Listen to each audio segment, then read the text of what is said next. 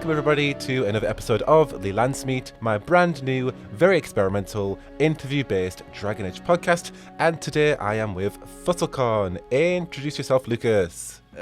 I'm kind of on the spot. Hello, everyone. I don't know what to I don't know what to tell you. There isn't much. That's what we do here. We just here to have a very on-the-spot conversations about Dragon Age and really whatever. I know a lot of you do know Lucas because he's been on my channel for ages. A lot of you do refer to him as the German. Yes. I was about to say that most people are just like the German.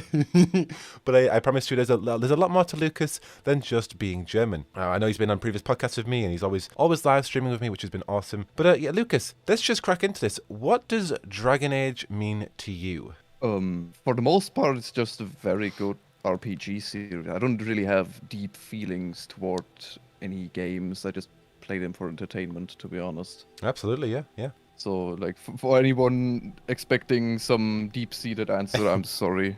Dragon Age is just a good game for me. That's it.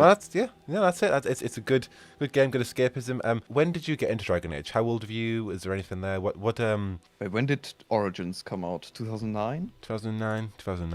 I think 2009. I got into Origins like a year after release, so 2011. Oh, very nice. Started with that and then basically played every game on release. So I was roughly 10 years ago. 15. 15. Yes, 15. What did your 15-year-old self think of Dragon Age Origins? Well, at the time, bloody amazing. Good graphics, good voice acting, even in the German version because I played that first. Yeah. Good voice acting, and yeah, it's just got me hooked on the series, and then I played every game on release. I even downloaded the demo for Dragon Age 2 on the Xbox 360, which took forever on our bullshit internet. And which Dragon Age is your favorite? I assume it's Origins, right? Yeah, definitely Origins. What is it about Origins that you love the most compared to the other games? It just feels more, well, first of all, more tactical because it is, really, let's be honest. And I also adore the kind of darker and grittier storyline overall, like the Brood Mothers, the whole like deep road stuff and everything. You don't really get that in Inquisition. It's more high fantasy there. Yeah, they're definitely changing the tone of fantasy, because even Dragon Age 2 had that dark fantasy allure with, your mother being butchered to death by Quinton, the Magister, one of the Hawk twins dying, the Deep Roads, and even Red Lyrium and all that stuff. It was deep-rooted dark fantasy. Like, Origins already started out with that intro sequence where you just see people being butchered all the time. Yeah. And then in Dragon Age 2, they kind of scaled it down a bit, but even then, like in the very beginning, you had your sibling that was just mashed to minced meat. Yeah. And Inquisition, you don't really have that. Sadly. You don't know it. And I suppose it's because of the scale of the world and so many things going on. There's a few dark fantasy moments where you can make that elf Grey Warden a warden, and she's then killed at Adamant Fortress, which is like, oh no, I got someone killed for a blood magic ritual. But even then, it's like, you don't really have an emotional connection to that person. No, you don't. Whereas, literally in Origins, you can go up to Isolde, you can punch her in the face, and then you can slit Connor's throat. And it's like, whoa, now that's dark fantasy.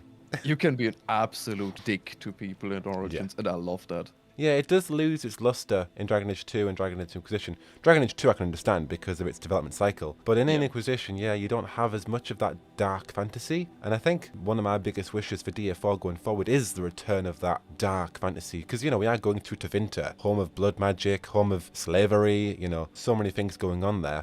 I want to feel that, Definitely. Like, Tevinter is the optimal place to just go back to darker, grittier fantasy. Yeah. With slavery and blood magic and rituals and sacrifice and everything.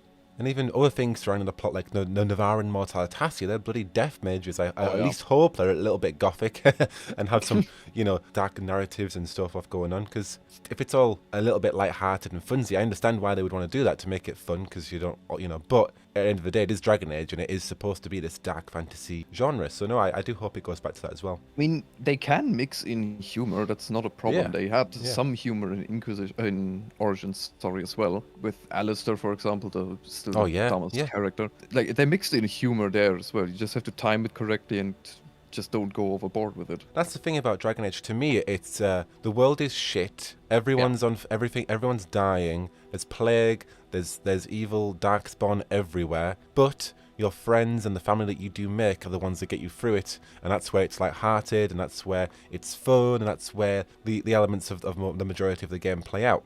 The fact that, you know, everything around me is crap, but I've got great friends and family along the way to help me get through this. And that's what Origins was, that's what 2 was, that's what Inquisition was. But I do hope that we get more of that. Oh, by the way, the world's still a pretty shit place, but you have great friends who are joining you. Because I want that. And I feel like we could get that with the Qunari invasion. It's really dark in the comics, and that's why I really love the comic writers, because they just paint the Qunari and the Venatori just as incredibly dark characters in the world, because obviously they are supposed to be. It's not light-hearted. Yeah. And I hope we get more of that in Dragon Age 4. It's like, okay, the Qunari are literally ransacking cities. Tevinter are doing God knows what and literally casting out all this magic and have evil rituals to bring back demons from Tevinter sewers. And also you've got the Dread Wolf, who literally is hell-bent on destroying the world. So it has the potential to be dark, and I hope it is. It really, truly is a dark Dragon Age entry. I think my biggest wish is not just for it to be a return to dark fantasy, but a return to be more like Origins in terms of its narrative beats, where it's just, you know, all or nothing. That's what I'd like. From a gameplay standpoint, I feel Origins made you feel like the world was actually going to shit because of the blight just spreading all over the country, and for example, Lothering just eventually being overrun and not even available to travel to anymore. Absolutely. That's something we didn't get in Inquisition. Like, the world is going to hell, everything is burning. It's like, yeah, but I can still travel everywhere. Yeah. Like nothing. Yeah, is you're right. Nothing. You're right. Like, you can only go to Lothering at one time, and if you go to Redcliffe before, you know, whatever, Lothering literally gets destroyed. Whereas in Inquisition, it was, okay, yeah, you know, Haven, yeah, it got destroyed. But if you want to go back to Redcliffe, which was right next to, you know, all of that stuff, you can still go back there. It's, you know, you want to feel like Corypheus and his forces were catching up to you. And although it felt like it in the narrative, the gameplay-wise, it really didn't. Kind of weird in Inquisition. I talked about that in a video of mine as well. I just didn't have any sense of time passed. I thought Inquisition took place in the span of a month. Yeah, the pacing is one of the biggest flaws about that game is, you know, night and day cycles would make it a little bit better, a little bit more immersive. Yeah. I would have liked it if we could just go to sleep in Skyhold and wait till the next day, or wait to have a wait mechanic, or have things like that where it's like, oh, you know what? Yeah, it does get dark in Skyhold, and it does get like, you know, the morning rises and the dawn comes. Like, it would just give you that immersion of, oh, I am building an army. Things are happening over time. You even need like a day and night cycle or any complex mechanic like that. Just in the main menu, like in the top right corner or whatnot, just give me a date indicator. Just a little UI feature. Okay, just put there like, Wednesday the 13th, 9:30 Dragon, whatever, just done. There we go. Yeah, no, it absolutely would help. And I hope that DF4 really does amend a lot of Inquisition's mistakes. Like, that's not a really high expectation because the BioWare developers are aware of the mistakes they've made in Inquisition. So I do hope that they can amend a few of those, like being more immersive in the pacing of the narrative, and also having that, like, you know, like having the narrative and the gameplay line up. We'll talk more about the gameplay later, because the main topic that we're going to talk about, and I imagine we'll just get into now, is based a lot on Anthem and the experience that BioWare have had with Anthem. We're going to talk about what a multiplayer / live service Dragon Age title could have been or could be in the future. Now, I know a lot of people, like myself, do not like the idea of the next Dragon Age being live service and multiplayer. That's understandable because it's the 4th entry in the games, and I think it's completely acceptable just want a single player experience.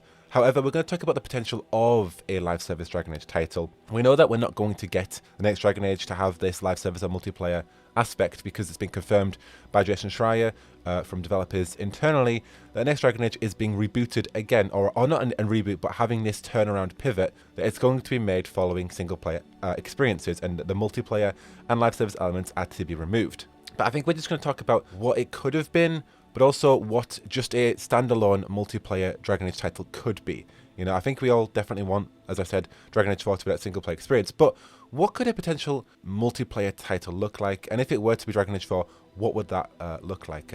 But I think we first want to talk about Anthem, because I know, Lucas, you really like Anthem at the moment, don't you? You actually think I adore Anthem at the moment. I mean, I'm very, very well aware of its flaws. Believe me, I very much am. It is atrocious in the loading times. It is unstable as hell, and it's repetitive as fuck. But I still have fun with it. Yeah, tell me about that, because literally, there are a few people I know in this community who actually can stand up and say, I like Anthem. So I just want to know, what do you actually like about it? Let's have some positivity on that game for once, because what is it about that game that you like, and what makes you play it?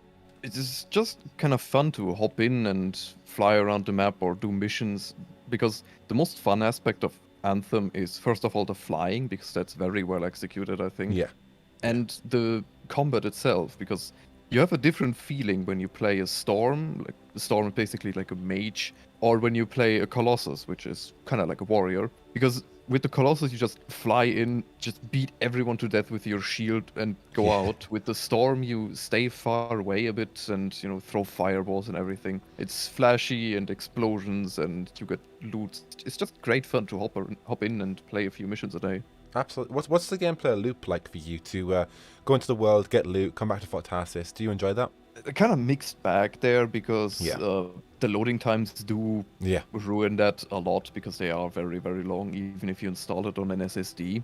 But if they have made it a bit more fluid, Yeah. with the transition to Fort Tarsus and the loot and everything, then that definitely would have improved it a lot. I like the legendaries or the masterworks that give you different, status or different modifiers to certain abilities and weapons. That is quite good fun, and I feel like could have expanded on that a lot. I think it was in your latest video that you mentioned, or if this is just something else, but I think you said that it felt like that they created two games, where you have the Fort Tarsis game and then you have the other open world or hub-based world, and it feels like they've got those two gameplay pieces and just kind of misjointly put them together. What's your opinion on that Fort Tarsis element? Is that something that you would like BioWare to see going forward? Could you see that go in a future BioWare IP, or did it just not work? I mean, BioWare have always given you a central hub. You Yeah. had the camp in Origins, you had basically the entirety of Kirkwall in Dragon Age 2, and you had Skyhold in Inquisition. I don't expect the next Dragon Age to go without a central Yeah. hub. Oh, yeah. Same goes for Anthem. You couldn't have expected BioWare to go without Yeah, a central hub. true. They It's needed true. one. But I feel they could have made it a bit better. Although I do have the feeling that they were planning to just expand Fort Tarsus, because you could see, like, the whole city was a lot bigger than where we got to roam around. I think it would have improved over time a lot. Yeah, because there was loads of like scaffolding over buildings as well. It was like they were going to rebuild certain parts, and there was like doors that you couldn't go in, but it was like, oh, maybe in the future we'll be able to. But also, Anthem had a day-night cycle as well, so Like, you could see Fort Tarsus being rebuilt during the story. Like, you yeah. start All out right. and everything's just clattered with Yeah. shit.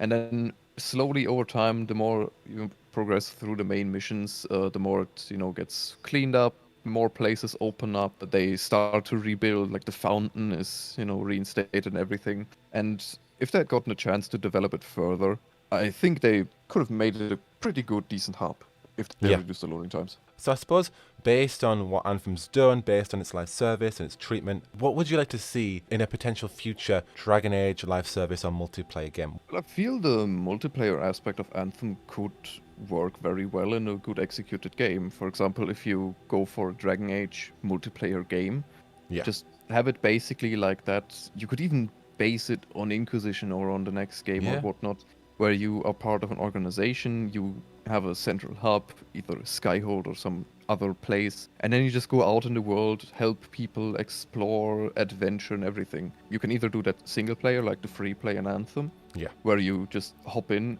and then you can like dynamically team up with people that are just going to the same place you are, or just start in a group already. I think that could work very well in Dragon Age as well, as long as you're not some chosen one like you are in every game. Yeah, you have to be a nobody, and that's where the plot of DF4 is really going, is you are going to be a nobody, or you could be from a certain faction. So it's like, okay, well, if that's the case, then why, it could easily have been made multiplayer. It's like, okay, well, I'm a Grey Warden, you're an Antivan Crow, let's meet up and let's go kill these Tevinter Magisters in an area of Tevinter, and then, you go from one mission to the other. I mean, it'd be basically like the single-player games where you just run into random people and either team up for, a certain time or become friends. That's what a Dragon Age multiplayer could be. You just run into people, you team up either for a quest, or then you decide, it's like, hey, that was fun, let's team up again and everything, and then it just develops from there. Would you like a Dragon Age title based on what Anthem's done, or would you like a completely different multiplayer system? I would like one based on Anthem, but changed slightly in that you have a completely open world. But for example, the main missions are still separate. Like if you want to do main storyline, you have to start it from a mission table or whatnot. Yeah. And you can still team up like public play and everything.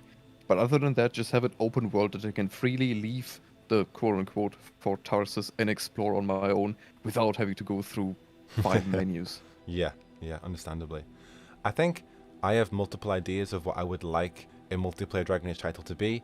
I would first obviously want the single player games to be finished, and then have a game either set in the past, so like Ancient Elvhen, where you can be so many different types of characters and have so much different types of magic, and not worry about any of the future narratives to get involved, and have like I want to say MMO feel, like Elder Scrolls Online, where it's like, just full on multiplayer, go for it, have fun, create a character, and embark on that, and just in this aspect of Dragon Age that we've never seen, and that we're probably not going to see.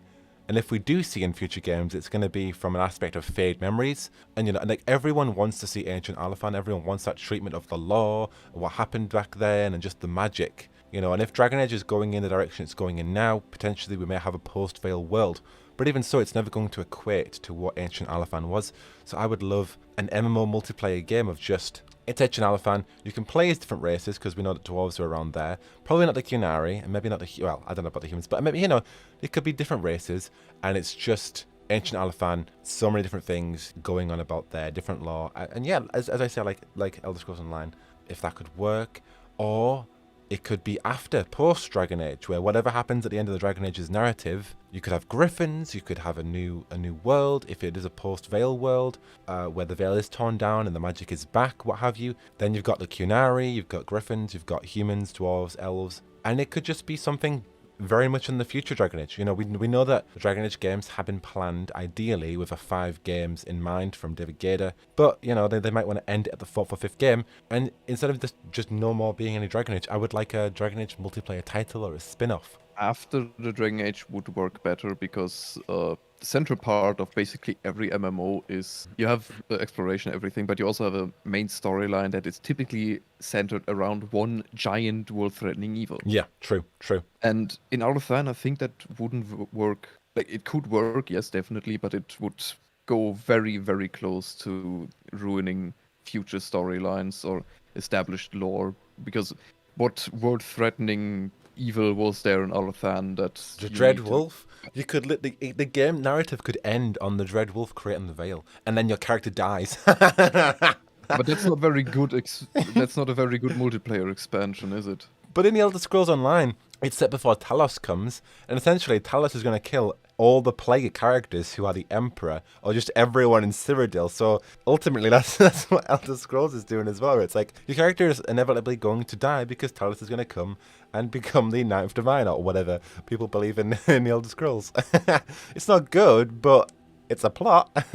Well, yeah, but if the base game is, oh yeah, by the way, stop the Dread Wolf and bring about the Veil, you know what's gonna happen. Yeah, you know what's gonna happen. Yeah, it's like that. Yeah, you have one multiplayer game, but after that, it's either dead or you have to retcon just everything to get an expansion. True. Or the Titans. We know that Mephala killed the Titans, and something was going on with the Titans. Maybe they could be the world threat. But again, you know what happens to them, because Mephala's going to kill one. So I suppose there is that. So post Dragon Age then. You could have the Griffins come back. You could have, so many possibilities for new things. No more Blights.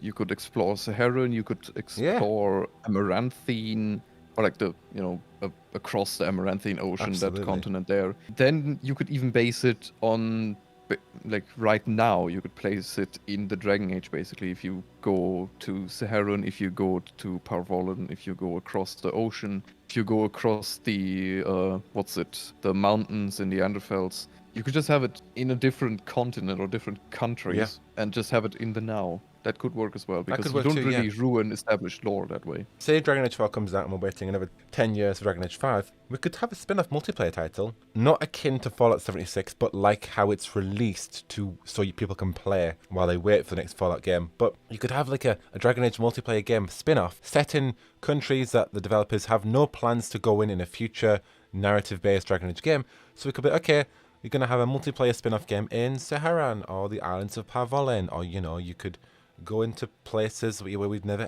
going to go. And that would be great, first of all, to mull us over for the next Dragon Age title, but also just to see what the developers could do with a multiplayer Dragon Age title. We know that obviously Mark Derrick doesn't work at BioWare anymore, but they've always wanted to experiment with a multiplayer Dragon Age game, and that's why we got the multiplayer mode in Inquisition. But that they have had plans because they think it could be a great thing, because as we know, Dragon Age is based on traditional D&D, which is obviously a dependent multiplayer experience. So it's got interesting ideas there. It could be interesting. It's just that BioWare don't have enough experience with multiplayer titles. But if they did have that experience, it could be good. They don't necessarily need to have that if they base it on countries outside of Thedas right now, like across the ocean, then they could just sell or share the IP with a studio that has experience with multiplayer. Because they don't need to adhere to established lore in the Dragon Age. They just need to, adhere to established world lore. Then they can just do whatever they want. Multiplayer. Like they sold the I'm pretty sure they sold parts of the IP to the tabletop writers, and they just wrote world lore about like cetises and fairies and stuff that isn't really established in the Dragon Age games. But for the D&D it is. They could totally do that. And that's exactly what Bethesda did with ZeniMax. They went, okay, obviously our IP, but go and write world lore set in this period of time, thousands of years before any future titles. But we could have, they could sell it to maybe someone who knows the engine or whatever they want to do, and then just go for it, this multiplayer experience. If they want a studio that is experienced with Frostbite and multiplayer, they could sell, or they could ask DICE. Because they know multiplayer. Whether or not they would make a good, open world RPG, that is questionable, but they have more experience with multiplayer than BioWare. And the Frostbite engine as well, and Definitely. how to build, had to build they maps to make it work. Exactly. So it's their engine. So, and we know that a lot of them, come in to help the Dragon Age team. And even then, there was a Dragon Age multiplayer team who were dedicated just to creating a multiplayer, and they've been, working on the Frostbite engine, and so on. So what are they doing right now? Are they just working on the single player? Hopefully they are, so that there are as many hands as possible on that. But what if they find themselves free and are like, okay, let's make a Dragon Age spin-off title? I could totally see it happening. Like BioWare have tried in the past so many times to do these spin-offs. Like there was going to be a Dragon Age Tactics game. There was a Mass Effect multiplayer mode that was going to originally be its own title, but it got rebooted and reformed into its Mass Effect 3 multiplayer mode. It would be certainly interesting, and I know that a lot of the fan base doesn't want it. But keeping in mind that there is going to be a single-player Dragon Age title, it'll be nice to have something to play while we wait for those titles to come. Again, like Fallout 76, but not thinking of it as the disastrous Fallout 76. Just having a title while we wait for future games. It'd be fun, and it'd be something new. And the BioWare developers have shown that they would like to do something multiplayer with the IP. And I would like to give them that chance to just go out there and do it. We know that, EA likes to mandate single-player experiences, likes to mandate multiplayer experiences, and BioWare have given a chance to a single-player. But it would be interesting to see what they could do. I mean, the reason most people dislike the multiplayer aspect so much is because they, think, EA, multiplayer evil. But what I think they don't realize is that EA is such a big company because of multiplayer. Multiplayer brings in money, like they rake in money. With single player, you have one sold copy, and that's it. That's all you get from the player. With multiplayer, you have the bought game, the initial purchase that brings in a good chunk of money. But then you also have transactions, you have cosmetics, you have whatever else. It just keeps on giving you money. Yes, you have to pay for server costs and developers. But if that balances itself out, you're just making cash without end with a multiplayer title. BioWare is in desperate need of that because their recent games haven't really been that good, have they? Well, I think there's, I don't know if it's a rumor or if it's fact, but Anthem was made so BioWare could get money while working on the future IPs. So they just made Anthem. Yeah, they just made Anthem so they could rake in money. And they did rake in a lot of money with Anthem, let's be honest. So it was made so they could, okay, here's our multiplayer title that we're going to work for now. Maybe test the waters for what we could do as multiplayer. And then, earn money, create Dragon Age and Mass Effect. And I know that people will go, okay, Jack and Lucas, I get it that you like the idea of a multiplayer Dragon Age game. That's really cool. But what BioWare have shown us as of late does not prove that they could do it. But they could sell the IP to someone else. They could get other developers within EA to do it. They could, they could try really hard to work on a good system. Mass Effect's multiplayer has always been amazing. I have loved that. Even Andromeda's is great. And I know it's a shooter, but it's that action, fast-paced mode that it's great fun. And while Dragon Age Inquisition's multiplayer is all right, they tried, and there's an effort that's been made there. So what else could they do to try and reform that? And giving them the ideas and the time to do it, they could try and do something really cool. They don't want Dragon Age to become a multiplayer game. They could just sell out the IP to Anthem. I mean, yes, Anthem does have a stigma attached to it, but if they went for an Anthem 2.0 from a different studio that know what they're doing, that might work. People might have forgotten about it, and if BioWare isn't directly involved with development, people might even forgive them for shutting down the service eventually, or shutting down development of Anthem, the first game. So if they don't want Dragon Age to devolve, quote unquote, into multiplayer, just sell out Anthem. Yeah, or even give the BioWare Austin team, the BioWare Austin team, they've created SWTOR, that incredible Star Wars MMO, and they were working on the Anthem reboot. That's a team that has a lot of multiplayer experience. And SWTOR's getting old these days. I think it's at least 12 years old, or 10 years old. I'm not entirely certain whether or not I would take SWTOR as a benchmark. I like it, to be honest. I enjoy it. And it's good just of the Star Wars universe, which is obviously already established lore. But it is a good game. Some of my favorite MMOs. I'm not a fan of Star Wars, so I can't. Okay, well there you go. Yeah. But the developers have had a lot of time on that multiplayer IP. And they've proven themselves to actually create really good content and a really good MMO. And I'm not saying that I want a Dragon Age MMO. I would like that, but just different Dragon Age multiplayer titles. But let's talk a little bit about BioWare's treatment of Anthem, because while I love BioWare, I'm one of the biggest supporters on YouTube.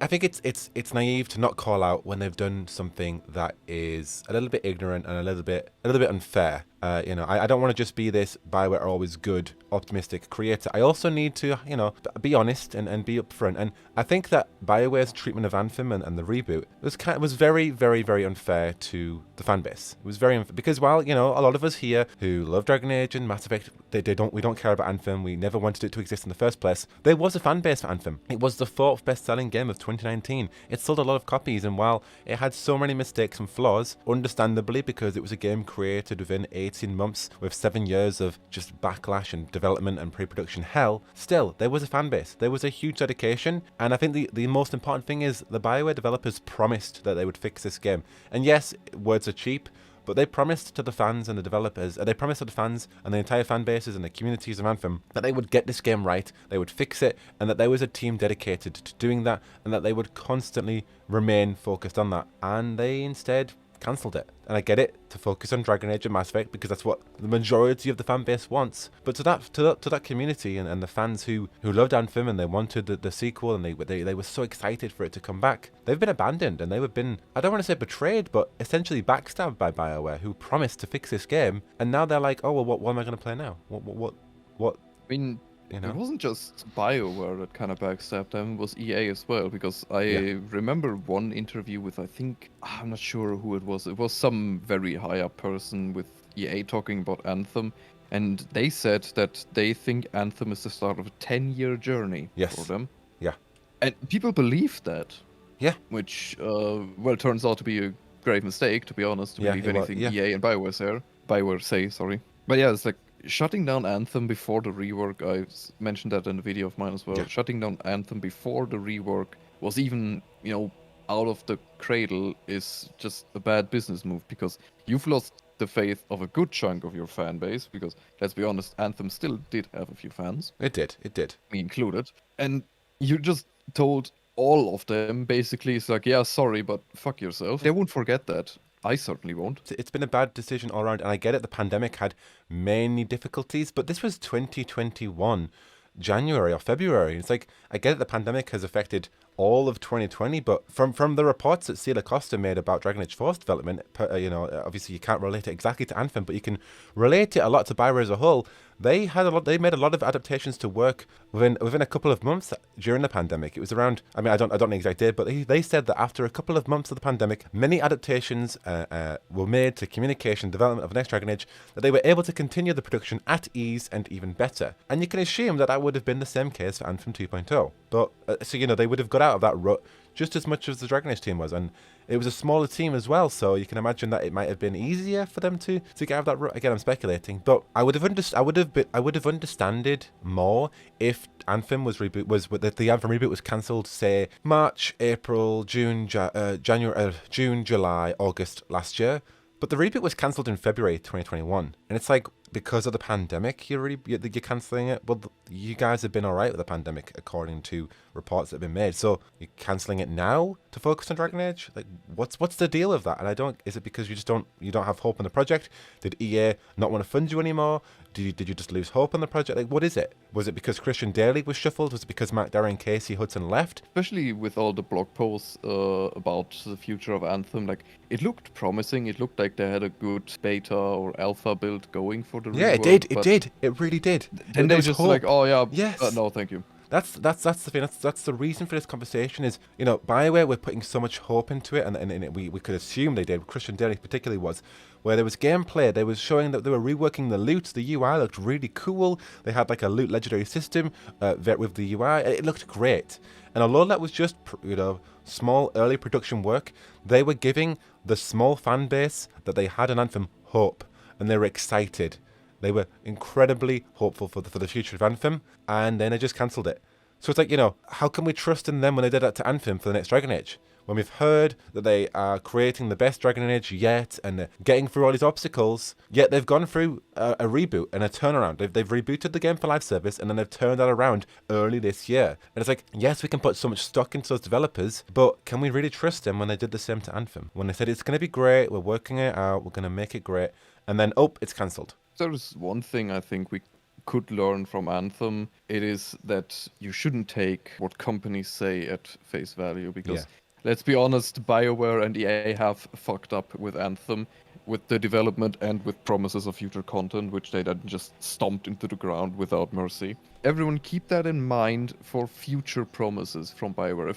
If they're gonna tell something about Dragon Age, like, oh yeah, we're gonna develop everything for it. Just keep in mind what they did to Anthem. I even realised my own naivete when I created my video on announcing the fact that Anthem was cancelled and Dragon Age is going to be single player, because that sounds great from a textbook, but the reality of the situation was, no, Anthem died, and then BioWare just going, okay, we're going to now move all the focus on Dragon Age, so that game's good. But that's actually, in reality, that was kind of a questionable decision to me by BioWare. They just went, Anthem's dead, and now all the team are going on to Dragon Age as kind of like a all hands-on last effort to make sure that Dragon Age 4 is good. And that, while it sounds cool, Dragon Age 4 is going to be single player and Anthem's dead, in reality, it sounds like it's been like BioWare are desperate to make a good Dragon Age title, that they've cancelled Anthem, and now it's all hands on deck to make sure that this Dragon Age title is good. And while I do have hope it will be, it just sounds like it's that last ditch effort. Like in that situation, it sounds like both ships were sinking. The crew from Anthem was like, shovel that water away. I don't care how. Just let Anthem sink. Yeah, and no, let's now make a single-player Dragon Age experience. Which, how long is that going to take? Again, Whatever. I don't want BioWare to crunch in the slightest. I don't want them to rush out the game.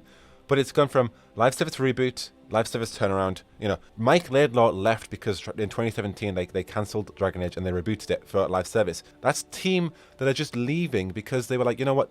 I'm sick of it. I'm sick of this development hassle. Let's just leave. And now they've done, from 2017 to 2020, they've had that pre-production work for a live service multiplayer title. And now a year in production, they've gone, okay, now let's make it single player again. So it's like the constant back and forth. This is influx development. This is not, it's great that it's going to be single player. What is going on internally? Who is leading the decision making? What is going on? Because that does not sound like it's good decision making within BioWare. If it's constantly shifting its cogs to live service, multiplayer, now we're doing this, now we're doing that, and this developer's gone, and now Casey's gone, and Matt Darrell's gone, and this person's gone. It's like, what is going on? We are talking about a company that up until recently didn't have a CEO for like half a year. What we try, I do try to be as very optimistic as possible, because I'm not going to just put... But understandably, we need to have these conversations as well, where it's like, okay, we can't just put all our stock in Dragon Age 4 will be good because the developers are amazing, but also, what about, the developers could be great, but what about the leadership team? What about the people who are making these decisions? What about the 5 years of pre-production that's been rebooted twice and potentially 3 times now? There needs to also be some honest brutality of what is the reality of the situation. In the past 7 months, according to the release of this podcast, which will be July, there have been 7 developers leave every month. That's in very different departments. That's not a good sign. And 2 of them were veterans, and that's not a good sign. Sorry, no, 4 of them are veterans. 4 veterans have left BioWare in the past 7 months. What I feel people should keep in mind. Because people are always like, oh yeah, BioWare are amazing, BioWare make the best games. What I feel is they need to learn the distinction between being a fan of the games and being a fan of the company. Yeah. Because being Yeah. a fan of the games is perfectly fine. The games are finished products. You can love the games to death. But the company itself is constantly changing, as evident by all of them leaving. Yeah. You can't sit here and say, I 100% support BioWare when they have had disgusting crunch in the past. And I'm not talking about, oh, it was 10 years ago. 2 years ago, Anthem released. That was 2 years ago when they were crunching developers to a point where they would leave the studio and not come back. That's not a good sign. So I 100% support the Dragon Age team and the Dragon Age developers, but BioWare as an entity, which is a division of EA, the leadership team going on there, what is going on? Is Dragon Age 4 on the right tracks? It sounds like it is, but is it really? I don't know. And none of us know, other than the developers, who, from reports that have been made, Dragon Age goes through this constantly. It's always gone from these drastic changes. It doesn't sound like it's a good thing that they are constantly having these drastic changes to, well, it's going to look completely different in 2 years from now, but that's just how the Dragon Age team is. That doesn't sound like a good sign, you know, if it's having these influx developments. So I don't know. I have faith in the team, absolutely, 100%. But we need to address these things. As much as I love the teams and Dragon Age, the decisions as of late have not been good, and I feel so bad for the likes of Mike Laidlaw, who were going to create a single-player Dragon Age title, and now it's okay. Reboot, live service, multiplayer. Get rid of that. Let's make it for gameplay and long-term revenue. And now the pivot is, okay, we're going back to single player, guys. And it's like Mike Laidlaw literally left because of what's happened, and now it's going back to what it used to be, but it's going to be different because it's a new creator director. That's the poor developers who have been there fighting for it, and then they've made those changes, and then they've gone, nope, live service, and now they've gone back. It just feels bad. It really do. I feel bad so much for him. Bit of a slap in the face for him. He left the company that he worked with for I don't know how many years, and the games that he loved to create, he left because he couldn't create that game, and now they went around and basically are creating that game, but without him. You know, there should be some skepticism there based on that single player reboot of what about Mike's work? What about Joplin? What about, is this project going to be exactly like that? Then, what the hell's going on with your internal leadership? What the heck's going on with management? Why now? And I get it, Anthem died. I think they can't, it's because Anthem proved to be unsuccessful, and Jedi Fallen Order was really successful. But why did you need that in the first place, EA? Why couldn't you have just taken BioWare for their word, taken developers like Mike Laidlaw, who were at the company for 14 years? Why couldn't you have trusted in them? And it's just, it does become a conversation about EA.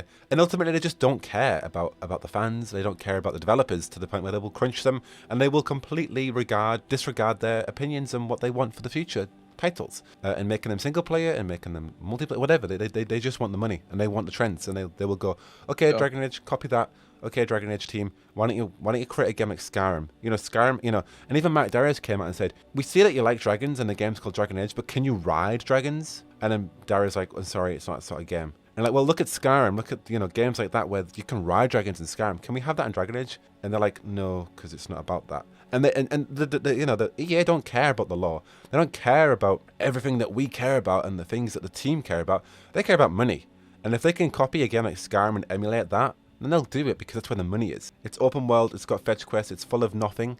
Go for it. But it's where the money's at, why not? It's not taken by their word. I trust the developers, and I trust when Weeks says they want to create the best Dragon Age title possible. I trust that Weeks will put all they can into doing that. And so ultimately, they just have to do what the GM tells them, to be honest. That's why the GM is there, the general manager. They tell people what to do, and if they tell, if in a few months' time there's like, oh, well, you know what? Dragon Age multiplayer does sound good, actually. Let's go for that instead. Then they don't have a choice. They just have to do that. That's where the majority of my skepticism comes in. Mark, Jarrett, and Casey were helping a lot with crunch. They were advocating for no crunch, and they were advocating for good working conditions. However, they left the studio 7 and 5 months ago. So it's like, okay, I was excited for that because they were doing a lot of work, but now they've gone. So how can we tell that there's not going to be crunch on the team anymore? How do we know that? We don't know that. There's a new GM. There's a new executive producer. They could just go, okay, right, guys, 2022 release window, crunch. Now I want you to crunch until the project's ready. So I think, we need to have these conversations about what is this going to be a product of? It's going to be a product of a game made with a live service reboot that's then been turned around. It's going to be a game made through the pandemic. It's going to be a game made with history of awful crunch conditions, with major staff departures. And so it's going to be, there needs to be a lot of skepticism. Healthy skepticism. It's not healthy to be completely optimistic all the time.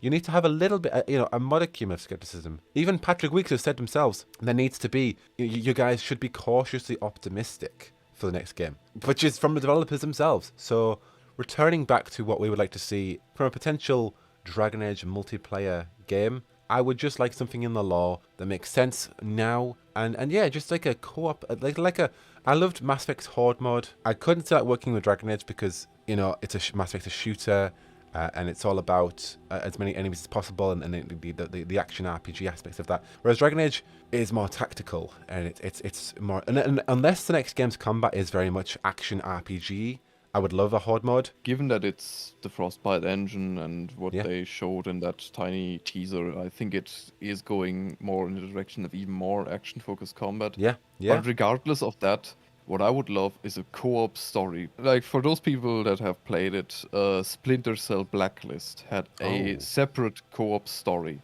It is a shooter, but it still had a separate co-op story, and it worked brilliantly. Oh, very nice. I've never played it.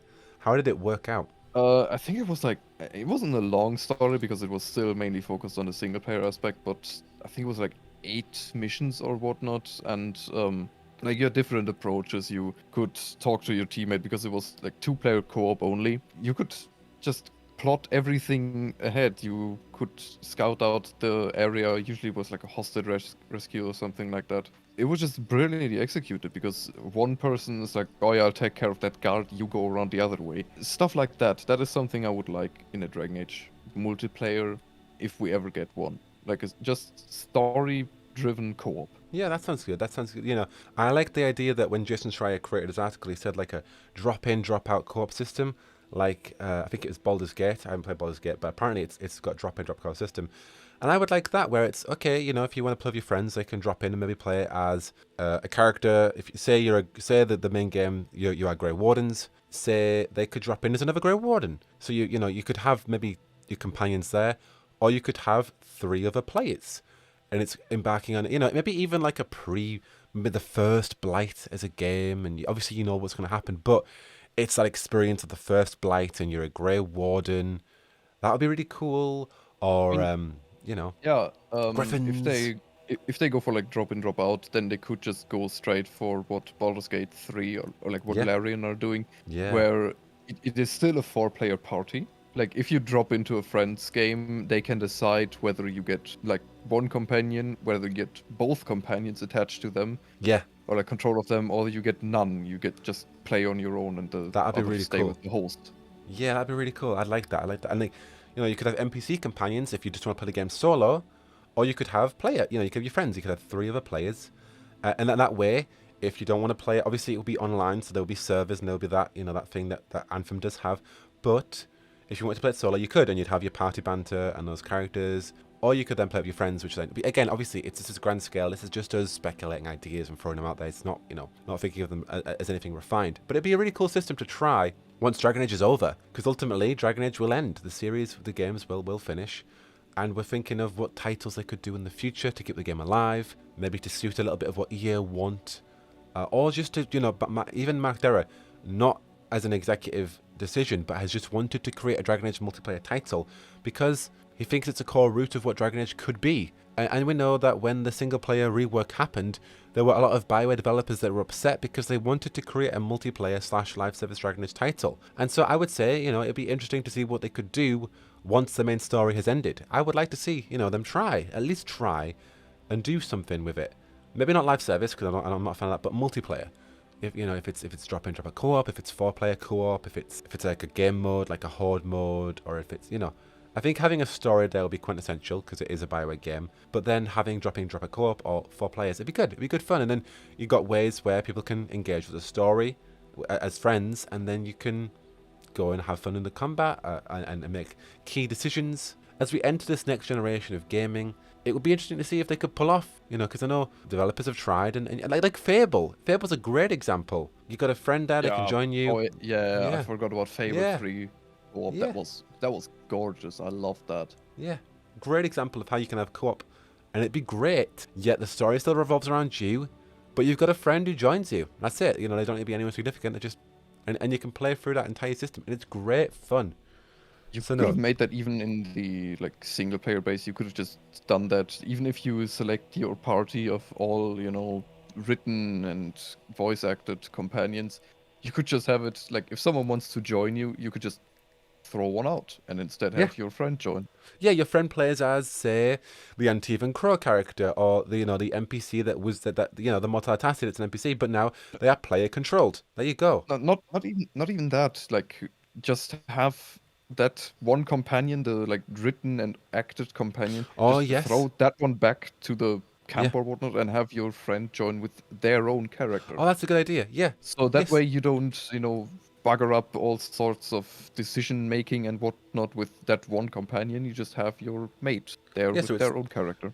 It's still got that core experience of being a Dragon Age title, but you've got your mate who can join and as a new character, and it's just they're playing while you get to make all those decisions. They get to play around with you. Maybe there's some dynamics of what they get from playing with you, whatever. Or it could be like going on heists or raids. Like you got an Anthem, you got those missions.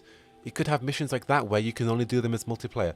Like, say, the core experience of Dragon Age would be maybe more single player, but there are high tier missions that require other players, and only those missions you can do multiplayer wise, and that's where you go to the multiplayer component of the game.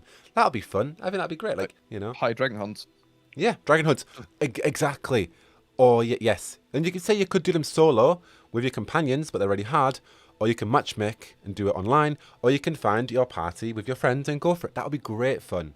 Even having, not advocating for it, but even having that in Dragon Age 4 would be interesting, or next Dragon Age, where there are only missions that you can do online. So everything else is single player, but you have that online element of, okay, you want to do Dragon Hunts, you can go and group up with your friends. Just as long as they don't, gate very important or very, good stuff behind it, I'm all for that. Or if they give you the option, like an Anthem, where, for example, strongholds, basically, what we are talking about, high dragon hunts. Yeah. Strongholds would be something like that. They are public only, and if you start one, it starts the matchmaking circle, and it goes on for like a good 2 minutes, I would say. And if you don't find a party by then, you're thrown in alone. That would work as well. Yeah, and the reward can be better loot that you can then take to the single player experience. Or it can be, experience, or it can build up their own system of doing more of these missions, and the rewards that you get, the higher the challenge, the higher the tier. There are so many things that you could do with that, and then you can bring it back to the single player. And then you do get into, okay, is everything leveled? How hard are the bosses in the single player for me to do that? But it could just be from maybe a standpoint of maybe that multiplayer experience is its own thing, and you just get more rewards for that. I don't know. They could find a way where they could fine-tune it just so that the single player doesn't require you to do it, but if you do it, you get more rewards and more experience and more things to then bring into the single player. There'd be a way they could do it well. Yeah, it should just be entirely optional, but a fun way to spend your time if you choose to do it. Yeah, absolutely. Like different armors, different weapons, what have you, even just enchantments. I don't know. There could be a way they could do it. You get rewards for your hub. Like in Dragon Age Inquisition, you got the dragon furniture if you played. Yeah. Decorations, different gear, different whatever, different unlocks. It'd be really cool. It'd be a way they could do it without it being fatigued. But yeah, I think wrapping up as a whole, Lucas, obviously you are very skeptical, and obviously understandably. What's your opinion going forward on Dragon Age and BioWare as a whole? Well, I think people should adopt the mentality of the late John Bain, Total Biscuit, for those that don't know his real name. About don't pre-order video games and just take everything. The only things you should value is what you see and hear from the actual game. Gameplay videos, streamers maybe, don't pre-order and don't believe what the devs tell you, because the devs want you to buy the product. Naturally, obviously they wouldn't make money otherwise. But just believe what you see, not what the devs tell you. I will pre-order it because I'm an idiot. I obviously completely take what Lucas says for absolutely completely worthwhile. For me, I am obviously going in this quite optimistic because I trust the team who created Trespasser. However, you would be silly to not look at the development cycle, and that's why I make those videos for a reason, just so people every year, so people can look at the development cycle and just see the different pivots that the game has taken already. You know, it's spent 5 years in pre-production, given the previous iteration, and it just, you know, have as much hope and be excited as you want for the lore and the characters and the experience and the story, but also just be aware that this game has had a development hell. You know, it's going to be at least 9 to 10 years after Inquisition. It could be potentially 10 years after Inquisition this game could be releasing. Obviously, we don't know. Oh yeah, true. Be aware. You just be aware of BioWare at the moment. The crunch that they've done, the reworks, the multiplayer, the devs who have left. Obviously, I have hope, and I will have hope until we see the game, because I do trust the developers. John Epler, Patrick Weeks, all of them. I really do trust them. However, don't trust BioWare at their word, because they cancelled Anthem, and they said to the entire fan base that it would be amazing, and that they would work really hard, and they would ship it, and it would be great. And they didn't do that, you know, and all the staff left that project, you know. Ben Irving, for example, just left, and he promised that it would be great, and it didn't. So yeah, I would say have a modicum of skepticism, even more than modicum. But yeah, anyway, that's what I would say too. But I really appreciate Lucas for coming on for this episode of the Landsmeet for a very good, just cautionary, skeptical conversation on BioWare multiplayer, because at the end of the day, we do not know what BioWare will do with next Dragon Age. And based on what they've done recently, they've taken many major pivots in development. So it's definitely worthwhile just being skeptical and having these conversations. Lucas, where can people find you if they want to follow you, check out your stuff? Where can they? Well, I'm sure Jack will have the courtesy to just put my stuff on there. Absolutely. But you can find me on YouTube and Instagram under the name Lucas Roden. On YouTube, I post videos once in a while, usually about something related to BioWare. On Instagram, I post food photography for those that want to get hungry. Otherwise, Fusselkorn, my old name for those that aren't familiar, is my handle on Twitch and Twitter, where you can also find me doing all sorts of stuff. Give him a follow for all that food photography, which is amazing. But anyway, thank you so much, Lucas, for coming on. I really appreciate coming on for the second episode of Landsmeet. Thank you all to have watched this far. We both really appreciate you listening to our thoughts. And yeah, give us all your thoughts down below. What do you think about BioWare going into this, you know, this new generation? What do you think about them with their major pivots? Do you still have hope? Let me know what you're thinking about BioWare as a whole, and just even the Dragon Age team. How do you feel about Dragon Age, and what do you feel about BioWare's treatment of Anthem? It really has been quite a tumultuous time for them, and I hope that they can prove to them that they do want to give Dragon Age its due, and they do want to create the best Dragon Age possible. And I hope for all our sakes that they do that. Anyway, thank you all, and we really appreciate it. But I'll see you guys in the next one. Goodbye. Peace out.